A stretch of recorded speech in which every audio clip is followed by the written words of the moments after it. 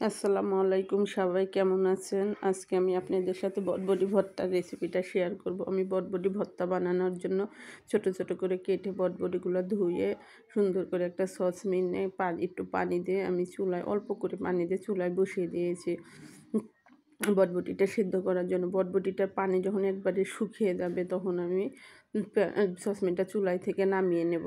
নামিয়ে নেওয়ার পর এদিকে আমি চুলায় একটা প্যান বসিয়ে দেব। আমি কয়েকটা পেঁয়াজ, রসুন, কাঁচামরিচ নিয়েছি বটবটিটা ভর্তা বানানোর জন্য। আমি একটু চুলায় প্যানটা গরম হলে একটু সর্ষের তেল দিয়ে দেব। তেলটা গরম হলে এখানে আমি কয়েকটা কাঁচামরিচ নিয়েছি। কাঁচামরিচের মুখগুলো আমি ছিঁড়ে নিয়েছি। একটু ছিঁড়ে নিলে কাঁচামরিচটা আর ফুটে না, এই কারণে আসলে কাঁচামরিচে ফুটারই থাকে। কাঁচামরিচটা যখন এই যে অল্প একটু হয়ে আসবে তখন আমি পেঁয়াজ আর রসুনটা দিয়ে দেব।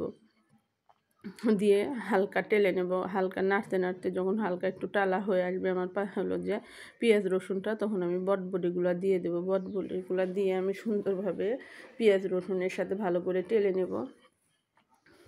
টেলে না হলে আমি কয়েকটা ধনিয়া পাতা সুন্দর করে ধুয়ে কুচি করে কেটে নিয়েছি। ধনিয়া পাতাগুলো আমি বটবটির মধ্যে দিয়ে দেবো। একসাথে সবগুলো আমি টেলে হয়ে গেলে টালা হয়ে গেলে চুলায় থেকে নামিয়ে নেব। চুলায় থেকে নামিয়ে ঠান্ডা করে আমি পাটায় বেটে ভর্তাটা বানিয়ে নেব। বটবটি ভর্তাটা কিন্তু খেতে কিন্তু অনেক মজা হয়। আপনারাও এভাবে ভর্তাটা বানিয়ে খেয়ে দেখতে পারেন। আর আপনাদের যদি আমার ভিডিওটা ভালো লাগে আমাকে একটা লাইক দিয়ে আমার চ্যানেলটা আপনারা সাবস্ক্রাইব করে দেবেন। ধন্যবাদ সবাইকে।